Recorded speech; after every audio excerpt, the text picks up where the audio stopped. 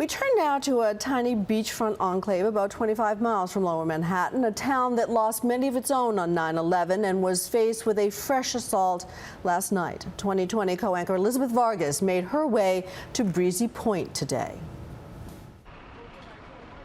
Breezy Point was engulfed last night not only by wind and rain from Hurricane Sandy, but something unexpected: fire. They say dozens, up to 100 homes have been decimated and left in a rubble that is still smoking even today as we walk through it. Today, a stunned beachfront community of firemen and policemen and blue-collar workers took stock of what was gone. Not a single thing that you can save. There's nothing I could really identify except for the kitchen tile and the bathroom tile, and that's about it. While the cause is unknown, there is no question the fire was ferocious. The flames were fed by hurricane-force winds. Hydrants were submerged. Fire engines stranded helplessly blocks away by rising floodwaters. It's like the apocalypse is hit. ABC producers Katura Gray and Jim DeBril were caught there with so many others. They phoned in overnight to Nightline. I'm in a community of 4,200 homes out here. This is a community that lost the most people during 9/11, of firefighters and cops during 9/11. This community was hit horribly tonight. The people here are amazing people with a lot of pride to them, and they're keeping their pride tonight. The people I've spoken to tonight said they're going to rebuild, and somehow they'll get through this.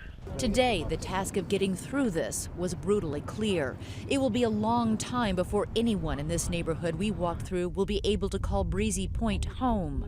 More than 100 homes burned to the ground. Dreams of retirement cottages now reduced to piles of ash. I haven't seen anything like this in my career. The only thing that came close to this was 9/11. This community, home to so many firefighters and first responders, has seen more than its share of tragedy. 29 of their own killed on 9/11.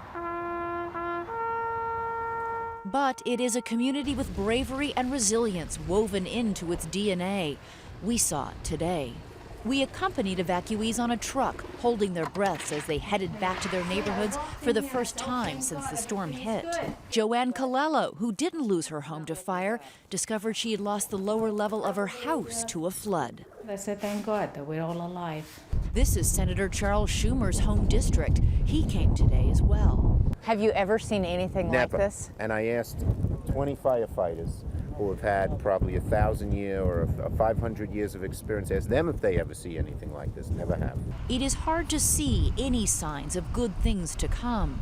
But just as it has done before, Breezy Point is picking up the pieces. Very strong community, and they'll rebuild, they'll come back.